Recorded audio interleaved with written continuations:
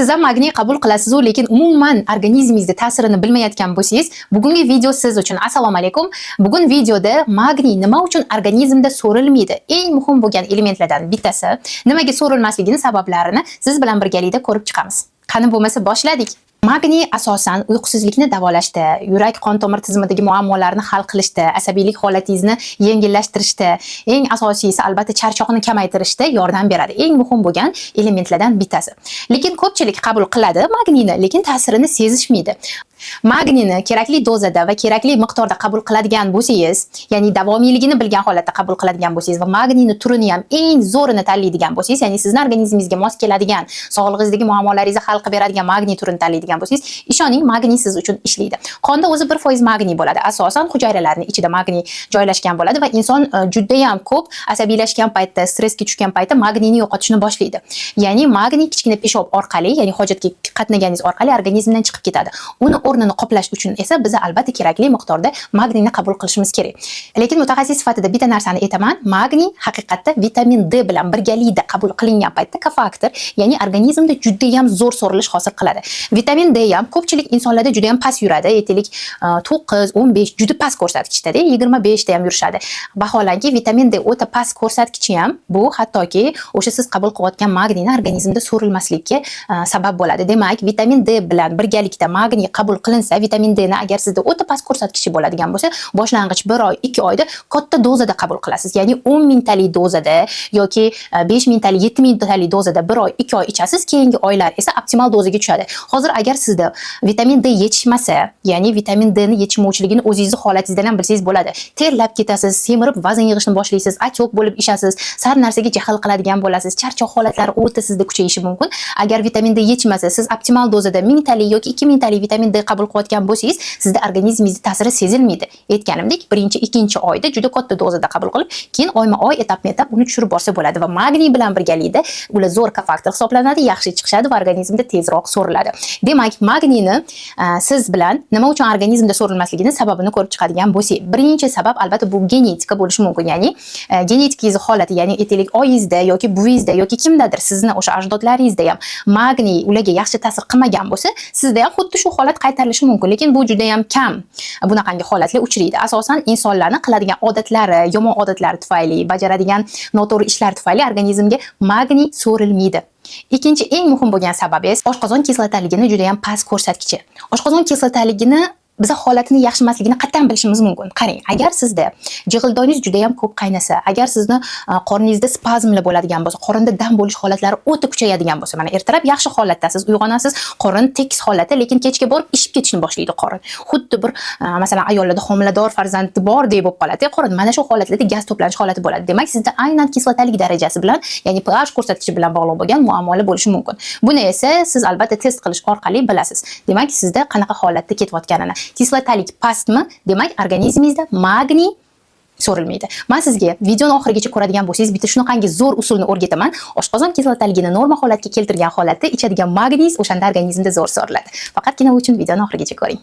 Keyingi sababi esa insulin gormoni bilan bog'liq. Insulin gormonining o'ta baland ko'rsatkichi magniy organizmda so'rilmaslikka sabab bo'ladi. Chunki siz juda ham ko'p uglevodli mahsulotlarni iste'mol qilasiz, chunki siz juda ham ko'p perikus qilasiz, ya'ni mayda-mayda gazaklardan foydalanasiz. Natijada insulin gormoni ortadi, ichayotgan magniy sizga umuman ta'sir qilmaydi.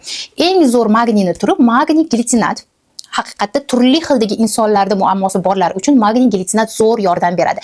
Magniy xilat ham yordam beradi. Magniy xilat va magniy glitsinat 400 taligidan yoki 400 taligidan 2 baravar qilib, masalan, o'ta aqliy faoliyat bilan shug'ullanadigan bo'lsangiz, jismoniy faoliyat bilan shug'ullanadigan bo'lsangiz, 400 taligidan hattoki 2 tadan, ayrim paytlarda 1200 talik dozada, ya'ni 3 tadan ham kuniga qabul qilishingiz mumkin. Buni esa birinchi avval o'zingizning holatingizdan kelib chiqadi. Chunki o'ta ko'p sport bilan shug'ullanadiganlar, aqliy faoliyat bilan shug'ullanadiganlarda magniy yetishmovchiligi doimiy bo'ladi. Bunaqangi paytda esa doza juda ham baland qilib ichiladi, ya'ni ko'tariladi. O'shanda organizmda zo'r ta'siri seziladi.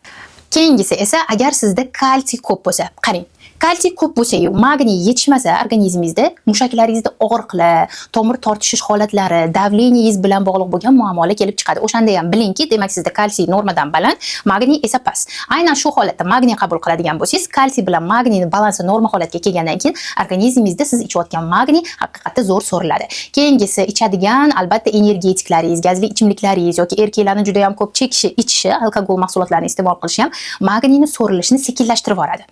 Agar juda ko'p gazli ichimlik ichadigan bo'lsangiz, lekin pochka magniyni qabul qilayotgan bo'lsangiz, lekin ta'sirini sezmayotgan bo'lsangiz, ishoning, mana shu gazli ichimliklarni kamaytirgan paytingizda magniy organizmda yaxshi so'rilayotganini his qilasiz. Keyingi sababi esa oshqozon ichak traktidagi muammolar bo'lishi mumkin. Agar sizda qabziyat bo'lsa, agar sizda diareya holati bo'lsa, demak sizda mikrobioma bilan bog'liq bo'lgan muammolar bor, ichaklar holati yaxshi emas, bu ham magniyni so'rilishini sekinlashtirishi mumkin. Yoki siz juda ham ko'p shakar tabiatli mahsulotlarni, uglevodga boy bo'lgan mahsulotlarni iste'mol qilasiz, hattoki siz yog'li ovqatingiz bilan ham shakar choylarni ichib o'tirasizmi? Bo'ldi, magniy so'rilmaydi. Magniyni eng zo'r manbalari, tabiiy manbalari bular nimalar? Sanab o'tib ketaman. Qaranglar, magniy ko'katlarda bor. Ya'ni ismaloqda eng asosiy magniyni ismaloqdan topishingiz mumkin. Qora shokoladda bor. Qovoqni urug'ida bor va yong'oqlarda magniy bor. Mana shu mahsulotlarni tarkibidan siz tabiiy holatdagi magniyni qabul qilishingiz mumkin. Agar ratsioningizda bu mahsulotlar bo'lmaydigan bo'lsa, bugundan boshlab albatta ratsioningizga shu mahsulotlarni qo'shishga harakat qiling. Endi eng asosiy joyiga keldik. Xo'sh, magniy necha oydan necha oygacha qabul qilinadi? Agar sizda yurak tizimi bilan bog'liq bo'lgan muammolar bo'lsa, magniyni siz hattoki 4 oydan 6 oygacha qabul qilishingiz mumkin. Lekin oddiy mana asabiylik holatingizni kamaytirish, uyqu sifatini yaxshilash uchun bo'lsa, 1 oydan 3 oygacha bo'lgan holatda ichishingiz kerak. Ayrimlar bor, masalan, tomir tortishadi, tomir tortishgandan keyin magniyni ichishadi, vrachlar magniy yozib beradi. Aytaylik, uni 5 kun, 6 kun ichishadi. Bo'ldi, to'xtatishadi, tomir tortish qoldi, holati yaxshilandi, spazmlar qoldi, demak, ular magniyni to'xtatib qo'yishadi. Bunaqada ta'siri sezilmaydi. Uni hech bo'lmaganda 1 oy kamida ichib berishingiz kerak. 1 oydan 3 oygacha bo'lgan vaziyatda ichasiz, keyin tanaffus qilasiz, keyin yana davom ettirishingiz mumkin. Homiladorligi ham, emiziklikligi ham hattoki magniyni biz tavsiya qilamiz. Endi eng kulminatsion nuqtasiga keldik. Xo'sh, magniyni qanaqa qabul qilish kerak? Dietolog Sadoqat Muhammadjonova mana shuncha insonlarni ozdirgan. Ko'rib turibsizlar, mana bu natijalarni. Bular hammaligisi meni ozish kurslarimda, ozish marafonlarimni sotib olgan holatda shunaqangi chiroyli natijaga erishgan. Agar siz meni aytganlarimga, bugungi aytganlarimga to'liq amal qiladigan bo'lsangiz, stresslaringizni kamaytirib, holatingizni yaxshilab, o'zingizdagi otyoqlarni yo'qotib, sog'lom bo'lib, chiroyli ozib olishingiz ham mumkin. Chunki inson stressga tushgan paytda, hattoki stressdan ham ko'p yeyishni boshlaydi, vaznga vazn qo'shiladi yoki boshqa kasalliklarning boshlanishi demakdir. Demak, magniyni biz qabul qilamiz uyqudan avval yoki kunning birinchi qismida masalan qabul qilishingiz mumkin, lekin bittada agar siz juda ham ko'p 2 ta 3 ta ichishingiz kerak bo'lsa, boya aytganimdek aqliy faoliyat bilan juda ko'p shug'ullansangiz, siz 800 yoki 1200 likdan 2 tadan 3 tadan bir kunda shunda to'g'ri keladi, ichishingiz mumkin, lekin bitta ichgan paytda 3 tani ichish mumkin emas. Albatta kuniga 2 mahal ertalab kechqurun qabul qilishingiz mumkin. Faqatgina bitta life hack, magniyni ichayotgan paytingizda suvingizga 1 osh qoshiq olma sirkasini qo'shib ichadigan bo'lsangiz, kislotalik yaxshilikda bilasiz, oshqozon kislotaligini eng zo'r holatga keltirib beradigan narsa bu olma sirkasi hisoblanadi. Demak, olma sirkali suv bilan magniyni qabul qilsangiz, sizning organizmingizda tezroq magniy so'riladi. Agar bugungi video sizga yoqqan bo'lsa, albatta likelarni kutaman, kommentariyada sizning fikringizni kutaman. Keyingi videolarda sizlar bilan ko'rishguncha